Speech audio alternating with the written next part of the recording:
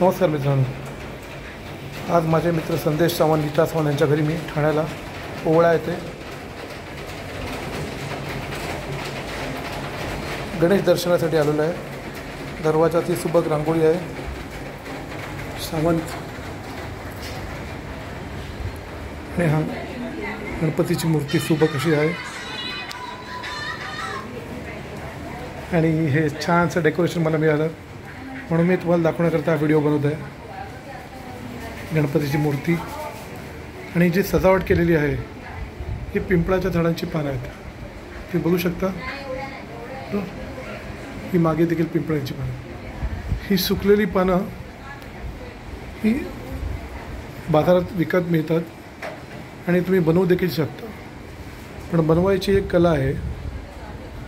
पिंपळाची पानं तुम्हाला घेऊन पाण्यात भिजत ठेवावं लागतात।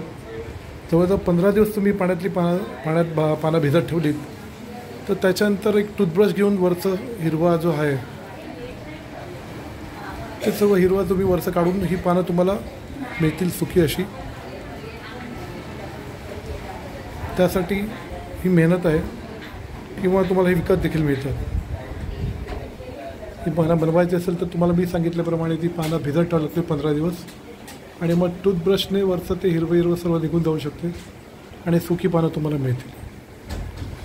किंवा तुम्हाला पाण्यामध्ये कॉस्टिक सोडा टाकलात तुम्ही, त्याच्यात ती पानं भिजवत ठेवलीत तर वरचं ते हिरवं जे आहे हरितद्रव्य ते सगळं लगेच निघते आणि मग तुम्ही पानं सुकवून हे डेकोरेशन करू शकता। छान एक सुंदर असं मनमोहक डेकोरेशन मला दिसलं, बघता क्षणी एवढं सुंदर आहे, आवडलं मला, म्हणून हा मी व्हिडिओ बनवला आणि तुमच्याकडे टाकत आहे यूट्यूबवरती। प्लीज लाईक करा आणि सबस्क्राईब करा।